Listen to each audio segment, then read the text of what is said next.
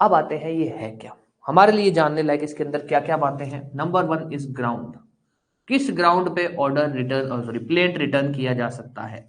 Number 2, किस stage में plaint return की जा सकती है। उसके बाद हमारे लिए बात जानना यह होगा कि अगर प्लेंट रिटर्न होती है तो जो प्लेंटिफ है उसके बाद क्या उसके पास क्या रिलीफ है। ये हमारे लिए कुछ एक बेसिक बातें हैं, हमको इतना अगर पता है तो मान के चलना आपका क्वेश्चन इसी एरिया में से आएगा। अगर उसके अलावा कोई भी छोटी मोटी और बात है तो वो भी अपने बात कर लेंगे। तो सबसे पहले आते हैं ग्राउंड। ग्राउंड हालांकि बेरेक्ट के अंदर डायरेक्टली नहीं लिखा हुआ है, पर जो बेरेक्ट की लैंग्वेज घूमती है ना, कि अगर कोर्ट के पास कोई प्लेंट फाइल होता है और कोर्ट को लगता है कोर्ट जो है उस प्लेंट को रिटर्न कर सकती है for presentation to proper court, बिल्कुल यही लैंग्वेज है, ऐसी कुछ लैंग्वेज है। If a plaint is filed in the court, court में at any stage of the suit return such plaint for presentation to proper court. ये जो उन्होंने वर्ड यूज किया ना कि प्लेंट को रिटर्न किया जा सकता है, किस लिए, प्रॉपर कोर्ट में प्रेजेंट करने के लिए। मतलब कि आप प्रॉपर कोर्ट नहीं हो, आप रिटर्न कर रहे हो तो आप प्रॉपर कोर्ट नहीं हो।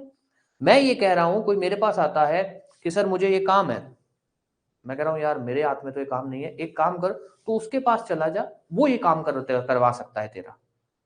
दैट मीन्स मेरे पास पावर नहीं है, उसके पास पावर है, वो प्रॉपर पर्सन है इस काम के लिए, I am not a proper person. और कोर्ट की भाषा में हम क्या बोल सकते हैं, लीगल भाषा में हम क्या बोल सकते हैं, कोर्ट के पास ज्यूरिसडिक्शन नहीं है। तो ग्राउंड क्या बनता है, ज्यूरिसडिक्शन। अगर कोर्ट के पास जो प्लेंट फाइल होती है,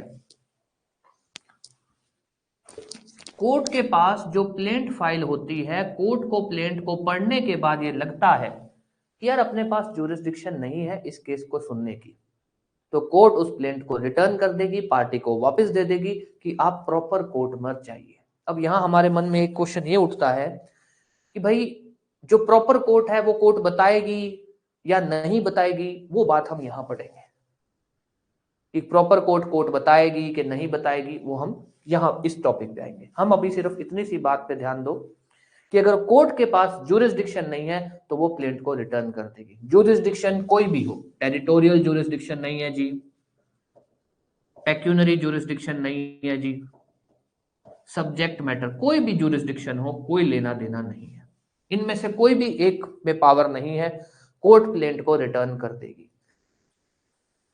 कब रिटर्न किया जा सकता है, प्री का सबसे अच्छा question, eight any stage of suit plaint कभी भी रिटर्न की जा सकती है। और यहां से एक बात और निकलती है, हम प्लेंट को मतलब अभी तो हम स्टार्टिंग स्टेज में है सीपीसी की, तो हम प्लेंट को पढ़ते हैं कि भाई जब हम केस फाइल करते हैं वो जो कागज होता है वो भी प्लेंट है। पर अगर आप जो अपील के अंदर जो चीज फाइल करते हो ना, जिसको लीगली बोला जाता है memorandum of appeal, memorandum of appeal, उसके अंदर भी प्लेंट होता है, उसके अंदर भी आप कागज लिखते हो जिस कागज पे आप अपने फैक्ट ऑफ केस लिखते हो। तो मेमोरेंडम ऑफ अपील भी एक तरह की प्लेंट ही होती है। तो यहां पर जो ये बात बोली गई है ना कि प्लेंट रिटर्न किसी भी स्टेज में हो सकता है, इसका मतलब ये क्लियर हो रहा है कि ये कोर्ट ऑफ फर्स्ट इंस्टेंस में जो प्लेंट फाइल होती है उसको भी ये बातें लगती हैं, मेमोरेंडम ऑफ अपील है उसको भी बातें लगती हैं। मतलब कि अगर मैंने अपीलेट कोर्ट के सामने मेमोरेंडम ऑफ अपील फाइल किया, जो भी एक तरह का प्लेंट ही होता है, अगर उसमें भी उस कोर्ट को, अपीलेट कोर्ट को ये लगता है कि उसके पास पावर नहीं है, वो रिटर्न कर देगी। तो ये जो प्लेंट वर्ड है इसके अंदर आप ये मान के चलना कि प्लेंट के मामले में प्लेंट हो, मेमोरेंडम ऑफ अपील हो, इन सबको ये बातें लगती हैं।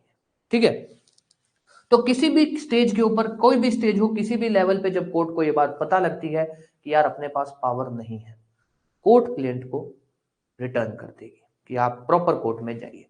अब हमारे पास बात ये आती है, एक तो क्वेश्चन ये उठा हमारे मन में कि प्रॉपर कोर्ट क्या है, कौन सी है, कोर्ट बताएगी या नहीं बताएगी, एक बात। दूसरी बात, अगर प्लेंट रिटर्न होता है तो इस भाई साहब के पास क्या रिलीफ है, ये कहां जाए, क्या करे, कैसे करे। तो यहां पर दो बातें आती हैं। एक तो है कि जो प्लेंटिफ है ये अपील कर सकता है, ये तो क्लियर है कि भाई ये अपील कर सकता है।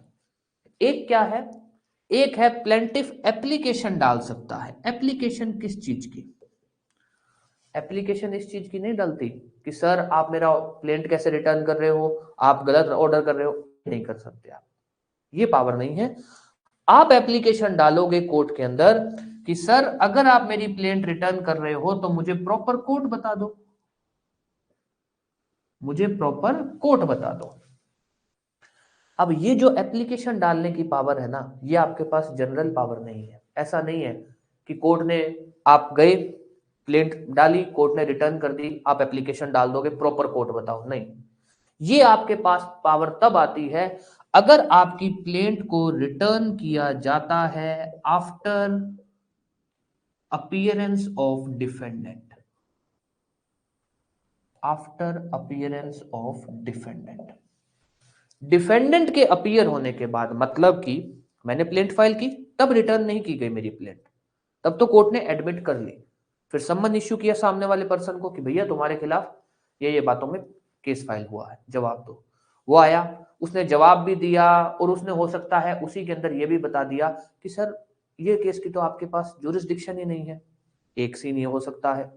दूसरा, वो आया, उसने अपना जवाब दे दिया, कोर्ट को बाद में पता लगता है कि अरे यार ये तो केस ही अपने लेवल का नहीं है, ये तो अपनी ज्यूरिसडिक्शन का ही केस नहीं है। तो कुछ भी हो, डिफेंडेंट के अपीयर होने के बाद, चाहे कोर्ट खुद से रिटर्न कर रहा है, डिफेंडेंट के अपीयर होने के बाद चाहे डिफेंडेंट ने वहां ऑब्जेक्शन डाल दी कि सर कोर्ट के पास पावर नहीं है ये प्लेंट को रिटर्न किया जाए, चाहे ऐसा कोई सीन बने, अगर दोनों में से कोई भी सिनेरियो बनता है, बस बात ये होनी चाहिए कि प्लेंट रिटर्न होनी चाहिए डिफेंडेंट के अपीयर होने के बाद, मतलब सम्मन इश्यू होने के बाद। तो उस केस के अंदर आप ये एप्लीकेशन डाल सकते हो। तो हमारे पास देखा जाए तो प्लेंटिफ के पास दो रिलीफ है। एक तो है अपील, जो भी ऑर्डर ऑफ प्लेंट फाइल होगा उसके खिलाफ अपील करने की, जो उसके पास हमेशा अवेलेबल है, कोई कंडीशनल इसके अंदर नहीं है, कोई कंडीशन नहीं है। दूसरा क्या है, एप्लीकेशन, जिसको जो कोर्ट रिटर्न कर रही है उसमें एप्लीकेशन डालने की पावर है कि सर आप मेरी प्लेंट को रिटर्न कर रहे हो, मैं आपके खिलाफ ऑब्जेक्शन नहीं डाल सकता। क्यों? आपके पास ज्यूरिसडिक्शन है या नहीं है वो आपकी खुद की पावर है, वो आप डिसाइड करो। आपने कहा मेरे पास ज्यूरिसडिक्शन नहीं है, बात खत्म, मैं आपसे बहस नहीं करूंगा, ना ही मैं कर सकता हूं, पर आप मुझे ये बता दो फिर मुझे जाना किस कोर्ट में है।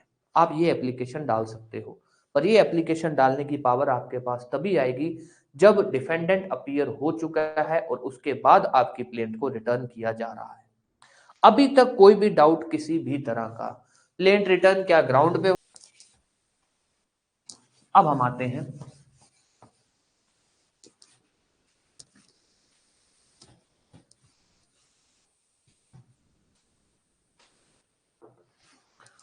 अपील। ये रूल नंबर पूछा जाता है कई बार, against order of return, rule 10B। यहां पर सिर्फ ही सिर्फ प्रोसीजर पढ़ा है, आप पढ़ोगे कि ऐसा क्या होगा कैसे होगा, बस इतनी सी बातें होंगी। ये इतनी सी बात बोलता है कि भाई कोई भी पर्सन है जिसको कोर्ट मान लो रिटर्न कर देती है प्लेंट को, वो इस ऑर्डर के खिलाफ अपील कर सकता है। अपील किसको करेगा? अपील करेगा उस कोर्ट को जिसको appeal ordinary lies against order of such court. इसका मतलब क्या है? इसका मतलब यह है कि बात ये पूछी जा रही है भाई आप अपील के ऑर्डर, रिटर्न के ऑर्डर के खिलाफ अपील कर सकते हो? जी सर कर सकते हैं। किस कोर्ट को करोगे? हम उस कोर्ट के अंदर अपील करेंगे जिस कोर्ट के पास जनरली अपील जाती है, जिस कोर्ट के पास जनरली अपील जाती है। फॉर एग्जाम्पल, भाई मान लो आप हो, आपकी पोस्टिंग आई जयपुर कोर्ट के अंदर, आप जयपुर कोर्ट के अंदर जेएम हो। जयपुर के अंदर ही सीजेएम बैठता है, जयपुर के अंदर ही डिस्ट्रिक्ट जज बैठता है, दोनों जयपुर के हैं। कहानी ये है कि आपका, आपकी जो कोर्ट है वो कोर्ट कोई भी फैसला देगी तो उसकी अपील होगी डिस्ट्रिक्ट जज को। भाई आपका जो कोर्ट है उसके हिसाब से प्रावधान ये बनता है कि आप जो भी फैसला दोगे उसकी अपील, आप उसकी अपील जो पार्टी है वो डिस्ट्रिक्ट जज की कोर्ट में कर सकती है। तो यहां पर अगर आप कोई प्लेंट को रिटर्न करते हो तो वो पार्टी अपील किस कोर्ट के पास करेगी? डिस्ट्रिक्ट जज की कोर्ट के पास। क्यों? क्योंकि आपके द्वारा पास किए गए हर जनरल ऑर्डर, हर फैसले के खिलाफ कोर्ट जो जनरली जो अपील जाती है वो इस कोर्ट के पास जाती है। तो अपील किस कोर्ट में जाएगी? अपील उस कोर्ट को आप करोगे जिस कोर्ट के पास जिस कोर्ट ने रिटर्न किया है उस कोर्ट के किए हुए फैसले जनरली अपील में जाते हैं, उस कोर्ट के पास आप अपील में जाओगे अगेंस्ट ऑर्डर ऑफ रिटर्न। अब आती है बात, अगर आप अपील करते हो तो होगा क्या? दो ही चीजें होंगी। नंबर वन, भाई मान लो आपने अपील किया तो हो सकता है कोर्ट रिटर्न का ऑर्डर रिजेक्ट कर दे, ऑर्डर रिजेक्ट कर दे, या फिर हो सकता है कोर्ट ऑर्डर को कंफर्म कर दे। ऐसा ही कुछ होगा भाई, या तो अपीलेट कोर्ट जो है वो जो रिटर्न का ऑर्डर है उस ऑर्डर को रिजेक्ट कर देगी, या मैं ये बोलूं कोर्ट जो है आपकी अपील के आपके फेवर में कर देगी, या फिर जो अपील है वो आपके अगेंस्ट में कर देगी। या तो ये बोल देगी ठीक है भैया तुम बात सही बोल रहे हो, भैया आप अपीलेट कोर्ट में जाके क्या बोलोगे कि सर वो जो जयपुर वाले साहब है उन्होंने सर मेरी प्लेंट को रिटर्न कर दिया, तो आप देखो। तो वो कहेंगे मैं क्यों देखूं सर, आपके पास ही फैसले आते हैं, अब मैं उनको तो बोल नहीं सकता, उनका तो फैसला जो उन्होंने कर दिया, आप बताओ क्या होना चाहिए। आप वहां पे कोई भी ग्राउंड बता रहे हो कि नहीं सर उन्होंने गलत रिटर्न किया है, उनके पास पावर है वो फिर भी डिसाइड नहीं कर रहे हैं, ऐसा कुछ। दोनों में से एक ही काम होंगे। तो या तो वो डिस्ट्रिक्ट जज, डिस्ट्रिक्ट जज एग्जांपल ले रहा हूं, या तो वो डिस्ट्रिक्ट जज आपके जो आप अपील में जो बात बोल रहे हो उसको मान जाएगा, या फिर नहीं मानेगा, बोल देगा नहीं आप गलत बोल रहे हो। अब अगर तो वो अपील आपके फेवर में दे देता है, बात खत्म, जिस कोर्ट ने आपकी प्लेंट को रिटर्न किया है वो कोर्ट आपका केस सुनेगी, ट्रायल करेगी, बात खत्म। अब आती है यहां पर, अगर उस कोर्ट ने अपील के अंदर फैसला आपके खिलाफ दे दिया, आपका जो है आप बोल दिया कि नहीं कोर्ट के पास ज्यूरिसडिक्शन नहीं है, कोर्ट ने जो ये ऑर्डर ऑफ रिटर्न पास किया है ये सही पास किया है, तो बात खत्म। अब आप क्या करोगे? अब आपके पास एक तो पावर है ही, एक क्या चीज है, आप प्रॉपर कोर्ट में केस फाइल करोगे, प्रॉपर कोर्ट में फाइल कर दोगे केस।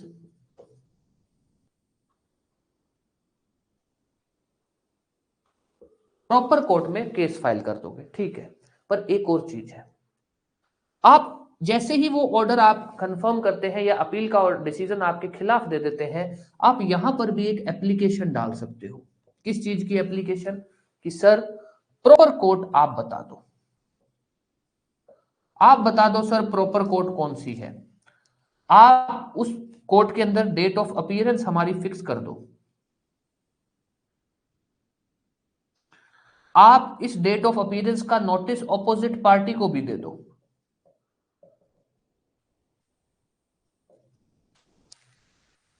ये एक बात आती है। अब यहां पर ये पूरा हमने बना दिया है चार्ट, इस पे थोड़ा सा ध्यान देना।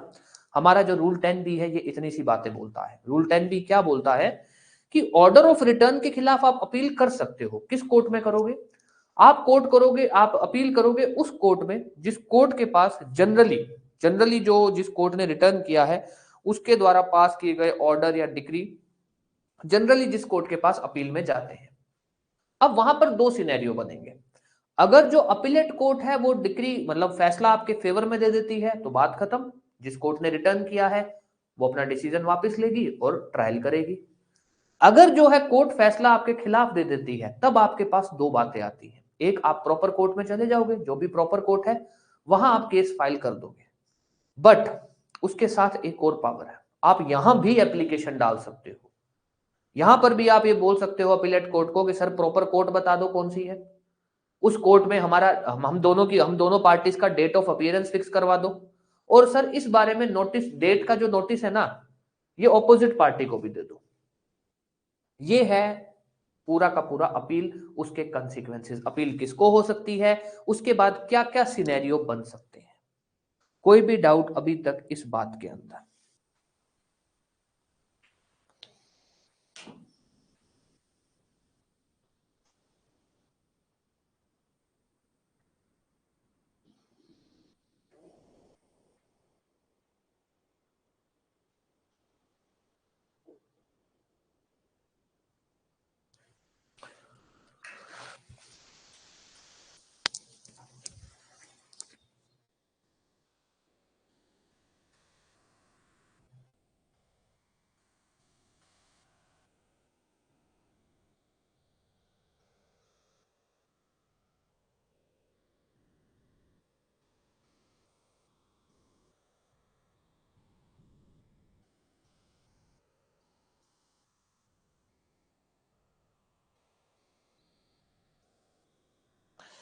ओके देन, ठीक है, थैंक यू।